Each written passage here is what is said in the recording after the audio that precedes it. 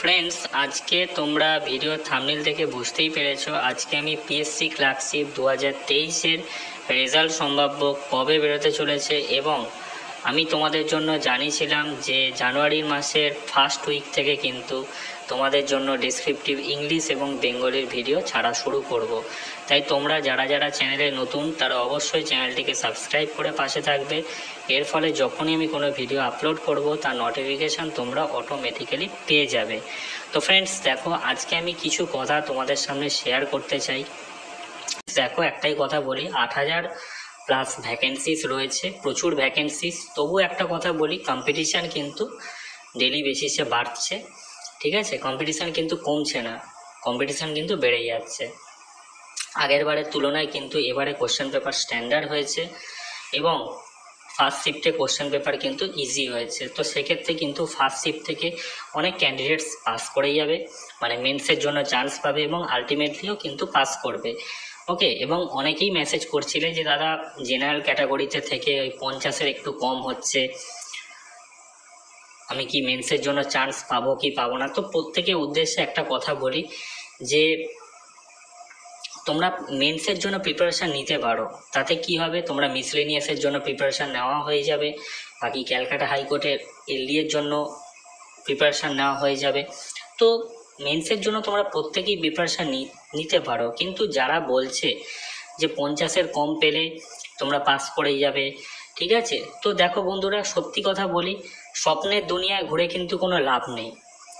ঠিক আছে, তোমাদের একটা মন গড়া কথা বলে দেবে, তোমরা সেটা নিয়ে সারা বছর বসে থাকবে।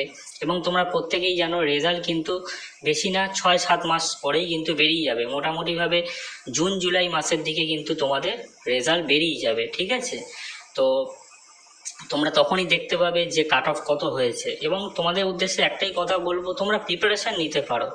ঠিক আছে, নলেজ নিয়ে কিন্তু কোনো মানে এটা রেখো না মনের মধ্যে যে পরীক্ষায় আসবে বলেই আমি পড়বো বা মেন্স আছে বলেই পড়বো। তোমরা নলেজ গ্যাদার করতে পারো, ঠিক আছে, তোমরা প্রিপারেশান নিতে পারো, কিন্তু এমনটা ভেবো না যে এই ইউটিউবার বলে দিয়েছে মানে আমি পাস করে যাব, ওই ইউটিউবার বলছে না মানে পাস করতে পারবো না, এমনটা কিন্তু নয়। ঠিক আছে, প্রতি বছর কিন্তু কম্পিটিশান বাড়ছে। ঠিক আছে, প্রত্যেকেই সেটা জানো। হ্যাঁ, এখন যদি কেউ বলে দেয় নিজের মানে চ্যানেলের গ্রোথের জন্য, যদি কেউ বলে দেয় যে কম কাট অফ যাবে, তো তুমি কি করে সেটা বিশ্বাস করবে যে কম কাট অফ যাবে? ঠিক আছে, পিএসসি কাট অফ বানাবে, ভ্যাকেন্সিস কত রয়েছে, ঠিক আছে, প্রত্যেকটা শিফট থেকে কতজনকে পিক আপ করতে হবে, টোটাল কত ভ্যাকেন্সিস রয়েছে তার 10 গুণ নেওয়া হবে। ঠিক আছে, তো ফার্স্ট শিফটে কোশ্চেন পেপার একটু ইজি হয়েছিল, তো সেখান থেকে অবভিয়াসলি বেশি ক্যান্ডিডেটস আসবে। তো এইভাবেই কিন্তু পিএসসি কাট অফটাকে নির্ধারণ করবে। তুমি আমি বললে কিন্তু কাট অফটা সেইভাবে হবে না। আমরা একটা অ্যাজিউম করতে পারি যে এই কাট অফটা হতে পারে। ঠিক আছে, তোমাদের যদি কেউ বলে দেয় যে কাট অফ খুব কম যাবে, তোমরা আনন্দিত হয়ে যাও। ঠিক আছে, তো আনন্দিত হয়ে কিন্তু কোনো লাভ নেই বন্ধুরা, স্বপ্নের দুনিয়ায় ঘুরে কোনো লাভ নেই। ঠিক আছে, যেটা সত্যি কথা তোমাদের সেটা মানতে হবে। কম্পিটিশান হাই হচ্ছে এবং আমি অনেকগুলো চ্যানেলে দেখেছি তারা কাট অফকে খুব কম বলে দিচ্ছে। যারা নতুন নতুন চ্যানেল বানিয়েছে, ঠিক আছে, তারা অনেকেই কাট অফ কম বলে দিচ্ছে এবং অনেকেই নিচে কমেন্ট করছে যে দাদা আমি কি পাস করে যাব। তারা নিশ্চিন্তেই তোমাদের বলছে হ্যাঁ পাস করে যাবে। দেখো, যে সমস্ত ইউটিউবাররা তোমাদের বলে যে তুমি পাস করে যাবে, কম নাম্বার পেয়েও পাস করে যাবে, তো তাদের কথা তুমি শুনতে পারো। কিন্তু আমি যেটা কাট অফটা বানিয়েছি, যদি তোমরা আমার কাট অফটাকে অ্যাপ্রিসিয়েট করে থাকো, আমার কাট অফটাকে তোমরা যুক্তি দিয়ে বিচার করে থাকো, তোমার মনে হবে যে এই কাট অফটা কিন্তু রিয়েল কাট অফ। ঠিক আছে, দিনের পর দিন কম্পিটিশান হাই হচ্ছে, কোশ্চেন পেপারের লেভেল যাই হোক না কেন প্রত্যেকেই একটা অপটিমাম মার্কস পাওয়ার চেষ্টা করবে। তো সেক্ষেত্রে কাট অফ তুমি যদি কম নাম্বার পেয়ে যাও তাহলে কিন্তু তোমার চান্স অনেক কম থাকবে, এটা কিন্তু বাস্তব কথা। এইবারে যদি তুমি পাস করেও যদি যাও, মেন্সে গিয়ে কিন্তু তোমাকে বেশি করে মার্কস তুলতে হবে। তাই একটাই কথা বলবো, মেন্সের জন্য তোমরা প্রত্যেকেই প্রিপারেশন নাও, প্রত্যেকেই। যাদের মনে হচ্ছে যে পাস করব কি করব না, প্রত্যেকেই মেন্সের জন্য প্রিপারেশন নাও। তাহলে কি হবে, মিসলেনিয়াসের জন্য প্রিপারেশন হয়ে যাবে, ক্যালকাটা হাইকোর্টের জন্য হয়ে যাবে। ঠিক আছে, এটা মনের মধ্যে বসিয়ে রাখো না। ঠিক আছে, যে আমি পাস করে যাব তবে গিয়ে আমি মেন্সের জন্য প্রিপারেশন নেবো, এটা কিন্তু ভাবতে যেও না। ঠিক আছে, কারণ তুমি যদি বাই চান্স পাস করে যাও কম নাম্বার পেয়ে, তাহলে কিন্তু তোমাকে মেন্সে বেশি মার্কস পেতে হবে। তাই সময় নষ্ট করো না, 6-7 মাস পরেই তোমাদের রেজাল্ট বেরিয়ে যাবে। আমি একটাই কথা বলবো, জানুয়ারি মাসের ফার্স্ট উইক থেকে তোমরা মেন্সের জন্য প্রিপারেশন করা শুরু করে দাও।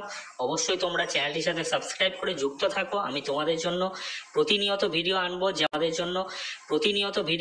যেমন আশা করি তোমাদের বুঝতে খুব সুবিধা হয়েছে। কারণ অনেকেই মেসেজ করছিলে যে দাদা আমার 45 আসছে জেনারেলে, অনেকে বলছে এসটিতে আমার 35 আসছে, আমি কি পাস করতে পারবো?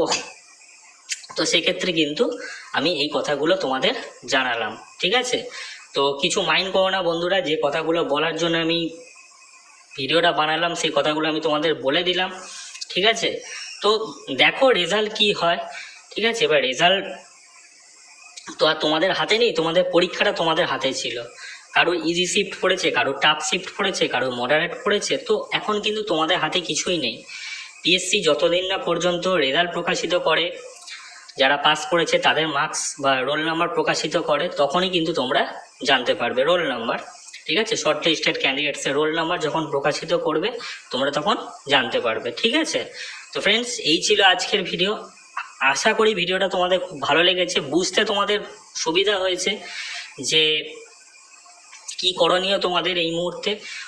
অলওয়েজ কিন্তু তোমরা মেন্সের জন্য প্রিপারেশন নাও। আমি তোমাদের একটা কথা বলবো, ঠিক আছে? কে কি বলছে তার দিকে শুনে কোনো লাভ নেই, ঠিক আছে? এখন তোমার হাতেও কিছু নেই, একটা ইউটিউবার যদি তোমার সাপোর্টের কথা বলে দেয় তার হাতেও কিন্তু কিছু নেই, পুরোটাই কিন্তু পিএসসি নির্ধারণ করবে। তাই তোমার হাতে যতটুকু রয়েছে সেটা তুমি করবে, তোমার কর্তব্য তুমি করবে, ঠিক আছে?